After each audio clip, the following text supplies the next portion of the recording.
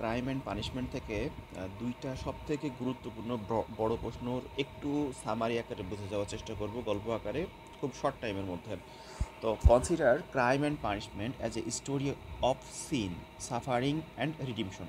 তাহলে crime and punishment গল্পটা একটা হচ্ছে পাপ, একটা ভোগান্তি, আর হচ্ছে রিডিমশন, মানে এখান থেকে বেরিয়ে আসার জন্য যে স্ট্রাগলের যে বিষয়টা, তো এটারই আসলে বর্ণনা দেওয়া হয়েছে। তো এইটা আসলে কিভাবে, এটাই চলেন আমরা একটু জানার চেষ্টা করব।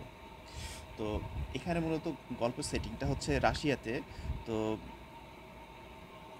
উপন্যাসে মূলত দেখা যাচ্ছে যে অপরাধ আর তার শাস্তির বিষয়টা ফুটে উঠছে, যে একটা মানুষ অপরাধ করলে তার মানসিক অবস্থাটা কী পরিমাণ বিপর্যস্ত হতে পারে, এবং সে যতক্ষণ পর্যন্ত মানে এটার শাস্তি না হয়, অথবা সে শাস্তি যদি না হয়ে থাকে, সে মানসিকভাবে কখনোই আর স্বাভাবিকভাবে জীবনযাপন করতে পারে না।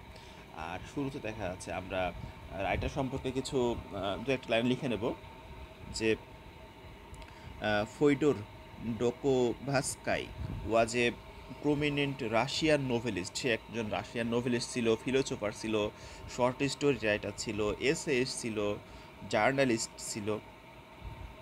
এবং তার মানে লেখাগুলোর মধ্যে কিন্তু কিছু টপিক ছিল যে তিনি কিন্তু বেশি বেশি লিখতেন সিন বিষয়ে, সাফারিং বিষয়ে, রিডিমশন বিষয়ে, ম্যানিস্ট্রেট অ্যান্ড সিফারেলওয়ে ক্লাসিক নোভেল। তো এবং ক্লাসিক নোভেলের কিছু বিষয়েও কিন্তু তার অবাধ পদচারণা ছিল। তো সুতরাং তার সম্পর্কে যদি আমরা দু চার লাইন লিখতে চাই, খুব সহজেই কিন্তু লিখতে পারি। এভাবে আমরা লিখবো যে Freud ডোগোসভি was one of the greatest Russian novelists in the history of English literature. He is known one of the greatest philosopher, and he is well expert to a short story writer and essayist. এভাবে আমরা দেখা যাচ্ছে দু এক line লিখতে পারি। এবং দেখা যাচ্ছে যে তিনি ক্লাসিক্যাল রাইটিং লিখতেন, এবং তার লেখার মধ্যে অন্যতম বিষয়বস্তু ছিল কিন্তু দেখা যাচ্ছে যে এই crime, punishment, sin, suffering, redemption, এগুলো কিন্তু তার লেখার মধ্যে অন্যতম কিছু বৈশিষ্ট্য ছিল। এভাবে কিন্তু আমরা লিখতে পারি। এবং এভাবেও আমরা লিখতে পারি and this নোভেলা crime and punishment is one of his greatest creation. এটা কিন্তু তার একটা অন্যতম ক্রিয়েশন, অন্যতম একটা তার একটা নোভেলা। এরপরে আমরা চলে আসবো হরিবল ক্রাইম। তো হরিবল ক্রাইমের বিষয়টা হচ্ছে যে ওই যেটা বললাম আর কি, কারণ ক্রাইম অ্যান্ড পানিশমেন্টের মধ্যে সেখানে দুইটা ক্রাইমের কথা বলা আছে, এবং মার্ডারের দুইজন মানুষকে মার্ডার করার কথা বলা আছে, এবং মার্ডার করার পরে অনুতপ্ত হয়ে থাকার বিষয়টা বলা আছে, এবং শেষে দেখা যাচ্ছে সে শাস্তি পায়, এই বিষয়টার প্রতি লক্ষ্য করা আছে। হরিবল ক্রাইম আমরা এতটুকুই নিজের ভাষায় লেখার চেষ্টা করব। এরপরে এই স্ক্যান্ড্রেলাস মার্ডার, এটা একটু পড়ি। Scandalous murder. আচ্ছা, poverty is the norm in Saint Petersburg. ST থাকলে সেন্ট, এটা আমরা এসটি হিসাবেও পরীক্ষার খাতায় লিখতে পারি। রাশিয়া, এরকম হয়ে গেল কেন? Saint Petersburg, Russia, in 1860। Everywhere people are fighting and survival. তো আসলে দেখা যাচ্ছে যে এই 1860-এর দশকে তখন এই রাশিয়াতে মানে দারিদ্রতা খুব একটা স্বাভাবিক বিষয় থাকে। মানুষ সব সময় দেখা যাচ্ছে যে বেঁচে থাকার জন্য লড়াই করছে। আর মানে এর জন্য দেখা যাচ্ছে যে অনেক মানুষই কিন্তু অপরাধের দিকে ঝুঁকছে। আমাদের নায়ক রাসকোনিলভ সেই ব্যক্তিদের একজন যারা অপরাধের দিকে ঝুঁকেছেন। যদিও সে একজন ভালো মানুষ এবং খুব কিন্তু মানে এরিস্টোক্রেটিভ তো ছিলেন না, কিন্তু দেখা যাচ্ছে উনি একজন সৎ, মানে একটা ভালো মানুষ ছিলেন, বা খুব নীতি ন্যায়বান মানুষ ছিলেন। কিন্তু তার ওই যে একটা আজব একটা কথা থাকে এরকম, যে কিছু মানুষ থাকে যারা হচ্ছে আইনের ঊর্ধ্বে, বা দেখা যাচ্ছে তারা আইনকে ম্যানিপুলেট করতে পারে, আইনকে একটু বোকা বানাতে পারে। তো এরকম মানুষের জন্য দেখা যাচ্ছে একটু ক্রাইম করাটা এটা করা যেতে পারে, এটা বৈধ কাজ, এরকম কিছু একটা। এটা আমাদের মানে মেইন যে প্রোটাগনিস্ট উনি বলেছিলেন। আচ্ছা, পরের প্যারাটে চলে যাই। আদার ক্রাইম।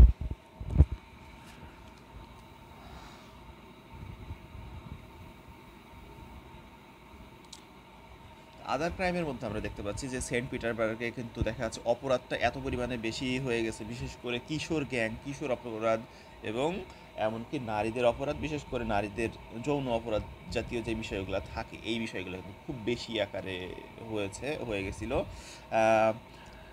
মার মেলাডাভের 18 বছর বয়সী মেয়ে যে সোনিয়া যেটা থাকে, সেটা কিন্তু আমরা দেখতে পাই সে ভরণ পোষণের জন্য পতিতাবৃত্তি গ্রহণ করে।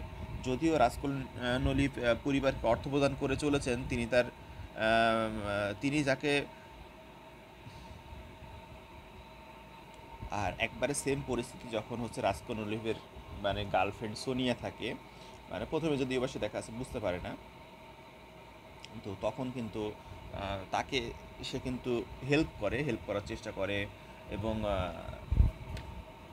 এখানে আরেকটা লাইন বলা আছে, রাসকোলনিভ তার বোনকে সু সুভিভাই গাইলোভের বিরুদ্ধে সতর্ক করে, কারণ সে জানে সে একজন শিশু নির্যাতনকারী, এমনকি তার শিকার একটা শিশু আত্মহত্যাও করেছে। আসলে এখানে দেখা যাচ্ছে বিভিন্ন সেই সোসাইটির ক্রাইমের কথাগুলো বলা হয়েছে, আর নামগুলো আসলেই অদ্ভুত। এজন্যই আমি এটা এত লাস্টে আর কি দিচ্ছি এবং স্কিপ করতে বলছিলাম, কারণ এই নামগুলো মনে রাখাটা বেশি একটু কঠিন মনে হয় আমার কাছে। আপনাদের জন্য সহজ হতে পারে কারো কারোর জন্য। ঠিক আছে, তো আমরা এবার একটু সাফারিং অ্যান্ড রিডিমশনটা পড়বো। তো সাফারিং অ্যান্ড রিডিমশনের মধ্যে আমরা দেখতে পাই ক্রাইম পানিশমেন্ট বাই ফোডর ডোস্কোভাই, মানে এই গল্পের মধ্যে অনেক চরিত্র এমন আছে যেটা এমন এমন জায়গায় পৌঁছে গেছে যেটা আসলে অপ্রত্যাশিত জায়গায় রয়েছে। যেমন রাজকুলনিভ, যিনি খুব বিচ্ছিন্নতা এবং খুব অস্থিরতা, খুব মনোকষ্ট নিয়ে মানে দুইটা মহিলাকে তিনি হত্যা করে এমনভাবে নৈতিক দ্বিধায় পড়েছেন যে তিনি দেখা যাচ্ছে যে পরবর্তীতে নিজেই স্বীকার করেন যে মানে স্বীকার করার জন্যই দেখা যাচ্ছে তিনি মানে মুখিয়ে থাকেন যে আমি কখন আমার এই হত্যার বিষয়টা আমি স্বীকার করব। এই জিনিসটা কিন্তু সাফারিং অ্যান্ড রিডিমশন, যে মানে তিনি হত্যা করে তিনি কিন্তু ভালো নাই, তিনি কিন্তু খুব মানসিক অস্থিরতার মধ্যে আছেন। এই তিনি তার নিজের বিবেকের বিকৃতিতে দেখা যাচ্ছে তিনি ভুগছেন এরকম। তো তো তখন তার একটা জিনিস বুঝে আসে যে আসলে মানুষের পাপ কিন্তু মানুষকে আত্মহত্যার মানে নিকটে নিয়ে আসে এরকম। এবং মানুষের পাপ কিন্তু দেখা যাচ্ছে যে মানুষকে স্বাভাবিক থাকতে দেয় না, সুস্থ থাকতে দেয় না। এই জিনিসগুলো তার মানে বুঝতে আসে। এবং তিনি যে ক্যাটারিনা মারমুলোভ, যার হচ্ছে অসুস্থতা, তার মানে তিনি একবারে সহ্য করতে পারেন না, অথচ তার মৃত্যুতে তিনি একটা মুক্তি খুঁজে পান। তো সোনিয়া যে পতিতা পেশায় সর্বশেষ তাকে মানে সে নিজেও যুক্ত হয়, এবং এই বিষয়টা কিন্তু দেখা যাচ্ছে আমাদের হচ্ছে প্রোটাগনিস্ট যে আছে তাকে অত্যন্ত দুঃখ, লজ্জা এবং আভ্যন্তরীণভাবে তাকে দেখা যাচ্ছে ক্ষত করে দেয়, এবং তার মানে মানসিক অবস্থা আরও খারাপ করে দেয়। তো অন্যদের প্রতি দেখা যাচ্ছে সমবেদনা মানে সে দিতে থাকে, এবং মানে সে নিজেকে এই অবস্থা থেকে পুনরুদ্ধার কিভাবে পাবে এজন্য সে দেখা যাচ্ছে যে সর্বশেষে সে কারাগারে মানে গিয়ে নিজে আত্মসমর্পণ করে। এই টাইপের বিষয়টাই হয়ে যায় আর কি। তো এইখানে দেখা যাচ্ছে মূলত আমরা সাফারিং অ্যান্ড রিডিমশনের বিষয়টা দেখতে পাই।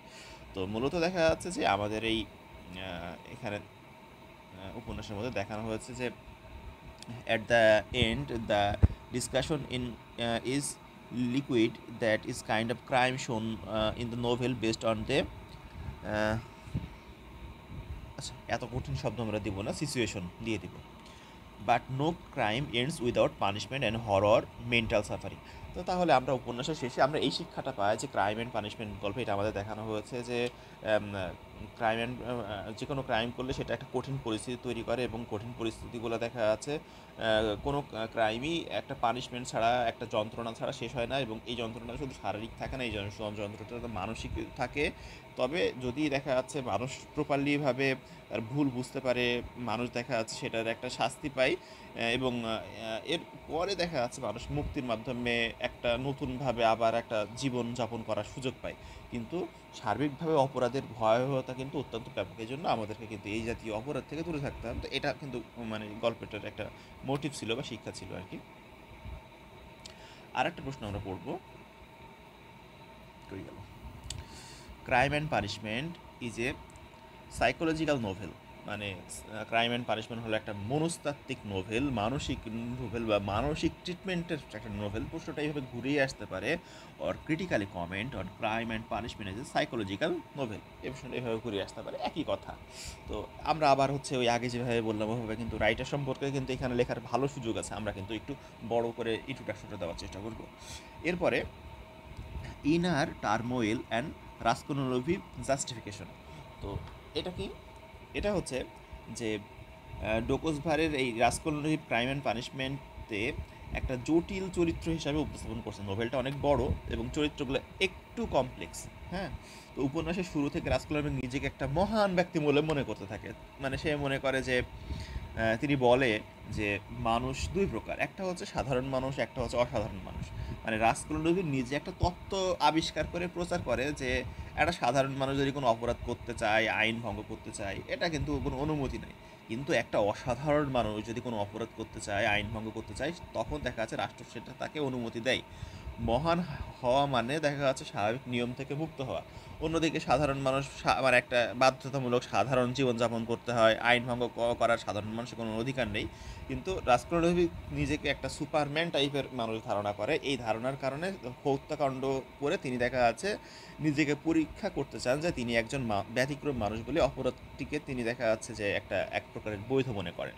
হ্যাঁ, the protagonist has experienced himself conflict regarded as murderer of the broker through the following lines, এবং তিনি বলেন যে how could such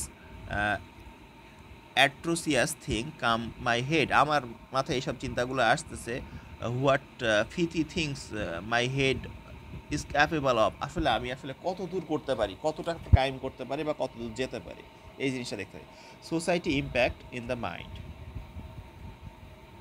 তাহলে সামাজিক প্রভাব। সোসাইটি ইম্প্যাক্ট ইন দ্য মাইন্ডের মধ্যে আসলে মূলত লেখক দেখান যে কীভাবে সামাজিক নিয়ম, দারিদ্র্য এবং বেঁচে থাকার সংগ্রাম একজন মানুষকে মানে সঠিক ভুলের যে সিদ্ধান্ত গ্রহণে একটা পরিস্থিতিতে পড়তে বাধ্য করতে পারে।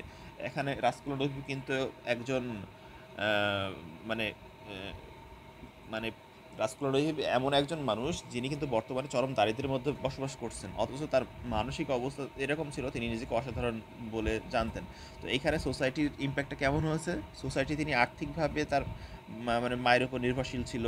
তিনি সাধারণত অর্থ প্রাপ্তির জন্য প্ল্যান ব্রোকার এলিওনা ইভোনাকে দেখা আছে তার ওই যে এর আগে হচ্ছে দিয়ে থাকেন একটা মনে হয় কি জানো, পরবর্তীতে দেন হচ্ছে প্রথমে মনে হয় একটা চশমা দেন আর পরবর্তীতে দেন হচ্ছে একটা ঘড়ি।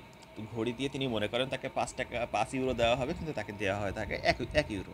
তো এইভাবে দেখা যাচ্ছে তিনি কোনোভাবে টাকা তিনি ম্যানেজ করেন। তো এটা এখানে দেখানো হয় যে আসলে মানুষের আর্থিক যাদের অবস্থা খারাপ তাদেরকে প্যান ব্রোকারটা হচ্ছে যারা একটা কিছু বন্ধক নিয়ে তার বিনিময়ে কিছু টাকা দেয়, আবার দেখা যাচ্ছে সেই পরিমাণ মূল্য পরিশোধ করলে আবার দেখা যাচ্ছে সেই জিনিসটা ফেরত দিয়ে দেয়, এটাকে প্যান ব্রোকার বলে। তো এই প্যান ব্রোকাররা এই যে মনে করেন 5 টাকা জিনিসের মূল্য সেখানে 1 টাকা দিল, তো এখানে আসলে দরিদ্র মানুষদেরকে কিন্তু আরও মানে কম মূল্য দিয়ে তাদেরকে এক প্রকারের প্রতারণা করা হয় এবং তাদের দারিদ্রতার কারণে তাদেরকে আরও মানে কঠোরভাবে শোষণ করা হয়। তো এই জিনিসটা কিন্তু এই নোভেলের একটা শিক্ষা এবং বোঝানো হয়েছে। রাস্কুলারবেক বিশ্বাস করেন যে নিষ্ঠুর প্যান ব্রোকারদেরকে হত্যা করে মানে আমরা দরিদ্র মানুষকে বাঁচাতে সক্ষম হব। এজন্য কি দরিদ্রদেরকে তারা নিপীড়ন করছে, তাদেরকে মেরেই ফেলবে। তো এজন্য দেখা যাচ্ছে যে তিনি একটা প্যান ব্রোকারকে হত্যা করে, একেবারে সেই কুড়াল দিয়ে নিয়ে গিয়ে দেখা যাচ্ছে প্যান ব্রোকারকে মেরে ফেলে। আর একটা মানে সে যখন এইখানে তারপরে আরেকটা আমরা হচ্ছে আরেকটা পয়েন্ট দিতে পারি, দ্য সাইকোলজিক্যাল আফটার ম্যাথ, মানে হচ্ছে মনস্তাত্ত্বিক যেই প্রবলেমটা আছে সেটার পরবর্তী দেখা যাচ্ছে একটা যাত্রা আছে। এই যাত্রার মধ্যে আমরা ফার্স্ট এইটা লিখবো, সে যখন এই প্যান ব্রোকারকে হত্যা করে এর সাথে সাথে সে কিন্তু দেখতে পারে তার বোন কিন্তু ওই বাসায় ঢুকতেছে এবং সে কিন্তু এই হত্যা করাটা দেখতে পায়, মানে দেখে ফেলে প্যান ব্রোকারের বোন। তো যখন দেখে ফেলে তখন আর কি করবে, সে তো ধরা পড়ে যাবে, বাধ্য হয়ে তার বোনকেও তাকে হত্যা করতে দেবে। এইটাকে আমরা দেখা যাচ্ছে একটা অপরাধ কিন্তু আর একটা অপরাধ দেখে নিয়ে আসে, এই জিনিসটা দেখতে পাই। আর কি দেখতে পাই, আর একটা জিনিস দেখতে পাই যে এইভাবে যখন হত্যা করা হয়ে গেল তখন কিন্তু এই জিনিসটা তার একটা অনুশোচনার তে দেখা যাচ্ছে রূপ নেয়, তার তখন একটা তার মাথার মধ্যে টেনশনের একটা মানে কাজ করে এবং দেখা যাচ্ছে যে সে এখন আর স্বাভাবিকভাবে কাজকর্ম করতে ব্যর্থ হয়। এরপরে হচ্ছে ড্রিম অ্যান্ড ডিলিরিয়ান্স। আচ্ছা, হ্যাঁ, এখানে আছে। তো এখানে মূলত বিষয়টা বোঝানো হচ্ছে যে মানুষের মানে যে অপরাধ এটা কিন্তু তার অবচেতন মনে দুঃখ প্রলাপ এবং দেখা যাচ্ছে যে খুব একটা দুঃখ ভরা মনস্তাত্ত্বিক বেদনার কিন্তু তৈরি করে। এই উপন্যাসে আমরা কিন্তু গভীরভাবে দেখতে পাচ্ছি যে একটা ভয়, ইচ্ছা, আবেগ এবং আভ্যন্তরীণ একটা দ্বন্দ্ব, এই জিনিসগুলো কিন্তু আমরা খুব গভীরভাবে দেখতে পাচ্ছি যে রাস্কুলারবেক যখন প্যান ব্রোকারকে খুন করার পর থেকেই তার বেশ কিছু কিন্তু ভয়ানক সে স্বপ্ন দেখছে এবং আহ, মানে স্বপ্ন তাকে তার বাবার শৈশবের তে ওই যেই ঘটনাগুলো ঘটছে সেইগুলোতে নিয়ে যায়। স্বপ্নে কখনো দেখে যে তার বাবার সাথে রাস্তায় হাঁটছে এবং দেখা যাচ্ছে একটা মিলকো নামে একটা মাতাল বন্ধুদের সাথে একটা বৃদ্ধ ঘোড়াকে সেই স্বপ্নের মধ্যেও দেখা যাচ্ছে হত্যা করতে দেখে। তো এই হত্যার সাথে আবার ওই যে প্যান ব্রোকারের হত্যা সেটা দেখাচ্ছে মিলানোর চেষ্টা করে। তো পুরনো এই ঘোড়াটার সাথে বর্তমানকে এইভাবে দেখাচ্ছে মিলায় এবং তার মনের মধ্যে টেনশন, অস্থিরতা, মানসিক ব্যাধি এবং সে কোনোভাবে স্বাভাবিকভাবে হতে পারে না। এমনকি এই হত্যার ৩-৪ দিনের মাথায় তার একটা নতুন জব হয়, কিন্তু সে জবটাও রিজেক্ট করে দেয়। অর্থাৎ সে আর স্বাভাবিকভাবে সুস্থ থাকতে পারে না ততক্ষণ, এবং তার জীবনের পরিস্থিতি একটার পর একটা খারাপ হতে থাকে এবং পাপের শাস্তিগুলোও যেন ফিরে আসতে থাকে। শেষে সে সে এই ক্রাইমটাকে স্বীকারই করে নেয় সরাসরি। তার শাস্তি হওয়ার কথা ছিল যদিও বা মৃত্যুদণ্ড, কিন্তু ক্রাইমটা স্বীকার করে নেওয়ার কারণে মাত্র তার ৮ বছর শাস্তি হয়। সে আবার দেখা যাচ্ছে একটা আশা করতে থাকে যে আমি একটা নতুন সুস্থ জীবনযাপন করবো এটা। তো সংক্ষেপে ক্রাইম অ্যান্ড পানিশমেন্ট একটা দেখা যাচ্ছে আমরা লিখতে পারি অসাধারণ একটা উপন্যাস, যা মানুষের মানে সাইকোলজিক্যাল বিষয় যেটা আছে এর গুলাকে দেখা যাচ্ছে এটা ট্রিটমেন্ট করে এটা। গল্পটি একটা অপরাধমূলক দেখা যাচ্ছে যে বিষয় যেটা থাকে। The story surpasses the level of criminal narratives and drives into the deep human psychic nature through its protagonist emotional conflict and normal demands. তাহলে আমাদের প্রোটাগনিস্টের মাধ্যমে যে একটা মানুষ অপরাধ করলে যেই পরিমাণ মনস্তাত্ত্বিকভাবে সে ডিপ্রেসড হয়ে যায়, যে পরিমাণ তার অনুশোচনা বোধ হয়, এই জিনিসগুলো কিন্তু আমাদের হচ্ছে প্রোটাগনিস্টের মাধ্যমে দেখানো হয়েছে। আর এটা মূলত দেখা যাচ্ছে আমাদের মনস্তাত্ত্বিক বিষয়গুলোকে কিন্তু ট্রিট করে। এই যে এইখানে এই লাইনটা খুব সুন্দর। In summary, crime and punishment is remarkable psychological novel that's explore the human mind complexity. মানুষের মনের মধ্যে যে জটিলতাগুলো আছে এবং যে আভ্যন্তরীণ দিকগুলো আছে সেটা কিন্তু এই নোভেলের মধ্যে খুব সুন্দরভাবে ফুটে উঠছে। তাহলে আমাদের প্রশ্ন কিন্তু ছিল এইটা, যে আসলে crime and punishment is a psychological novel, মনস্তাত্ত্বিক দিকগুলো কীভাবে ফুটে উঠেছে সেটা ব্যাখ্যা করো। তো আশা করি উত্তরটা বুঝতে পেরেছেন।